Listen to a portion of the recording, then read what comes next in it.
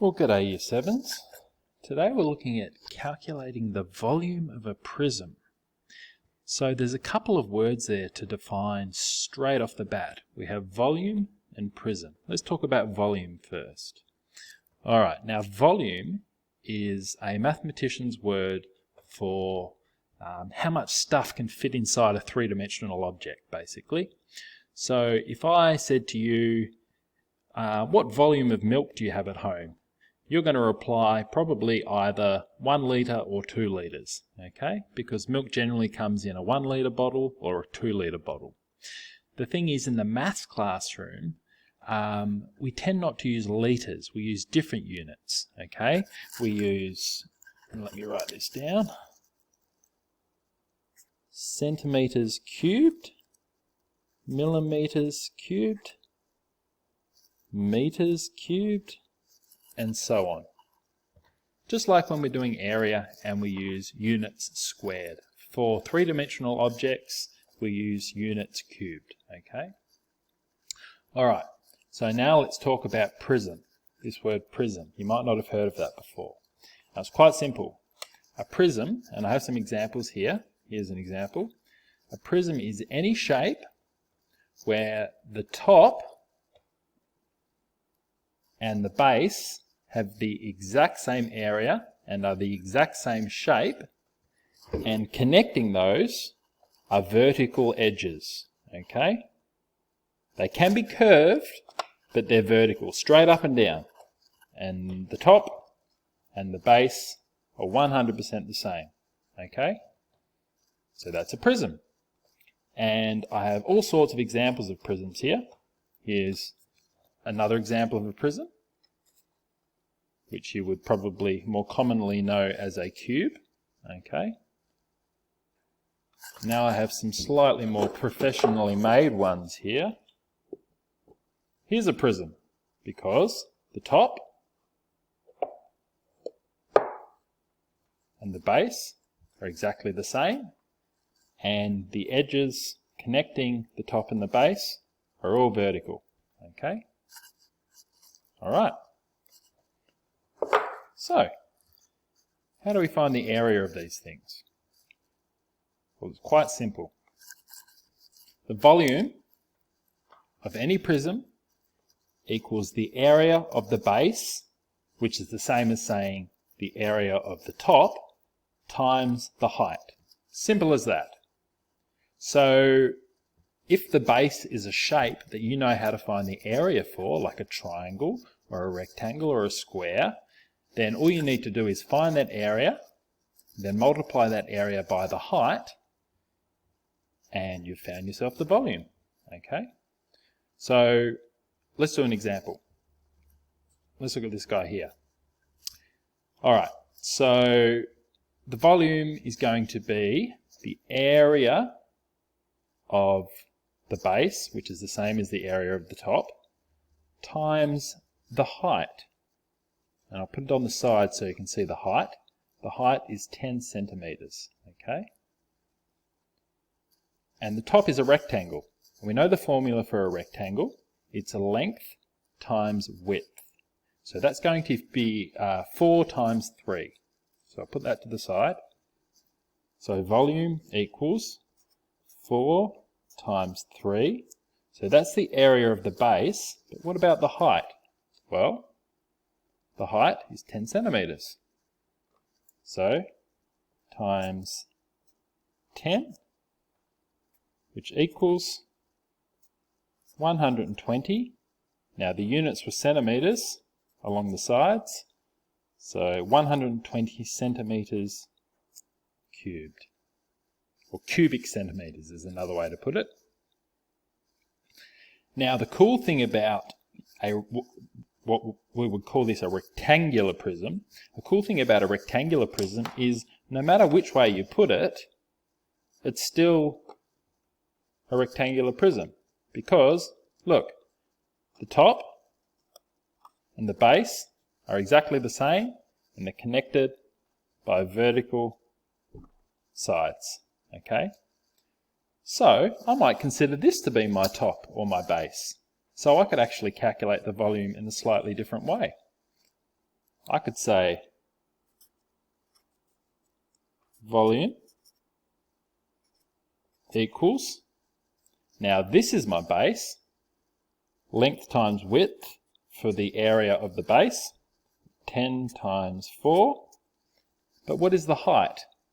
Well, the height was 3 centimeters. So 10 times 4 times 3, which once again gives us the exact same answer, 120 centimeters cubed. Okay?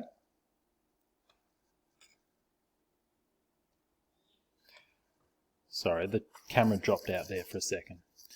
Alright, so let's do another example. So I'm going to take that away.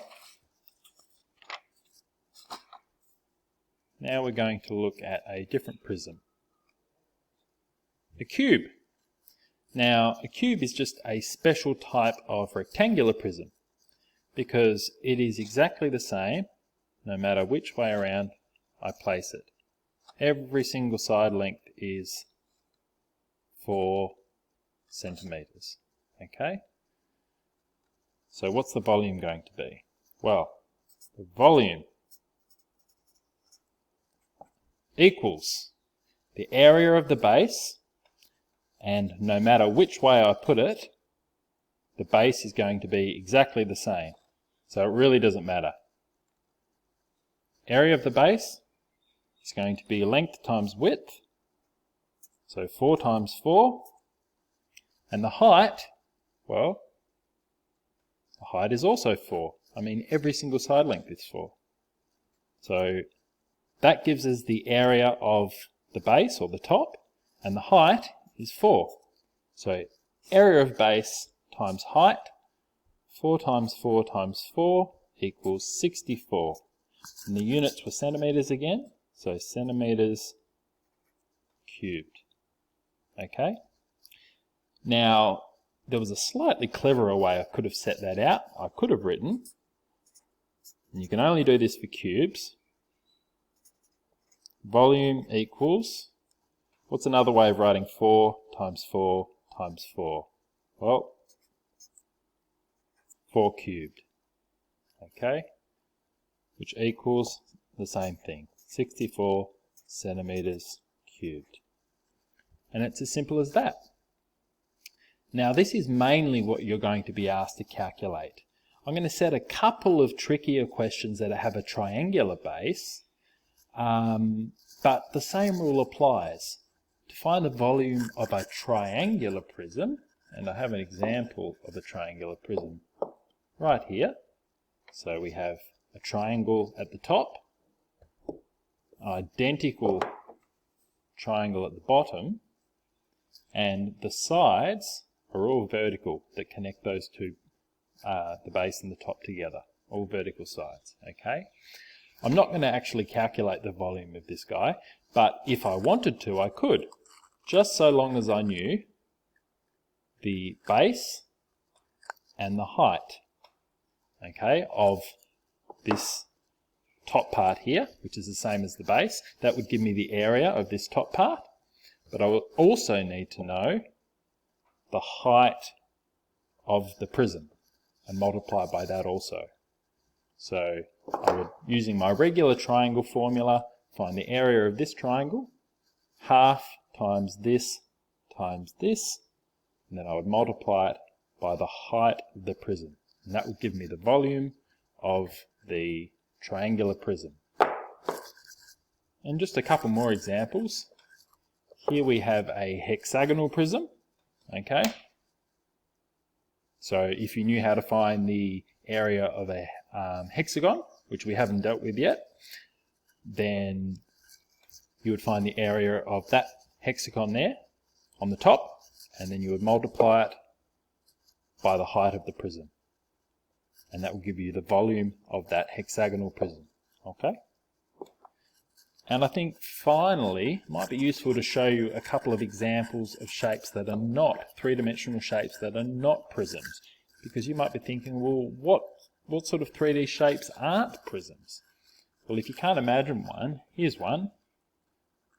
Any type of pyramid. That's a triangular based pyramid. And here we have a square base pyramid. Now, the top is just a tip, it's just a point. But the bottom is a square. So it doesn't pass our rule for being a prism. And the same goes for this guy. The top is just a point. Wouldn't have to be a point, even if the top was, let's just say we cut a bit off there. The top would be a triangle, but it would be a smaller triangle than the triangle on the bottom. Okay? So our rule doesn't work for those. To find the volume of shapes like this, you've got to wait a couple of years. But it's not so hard. Alrighty guys, well that was finding the volume of prisms. Thanks for tuning in, and I'll see you next time.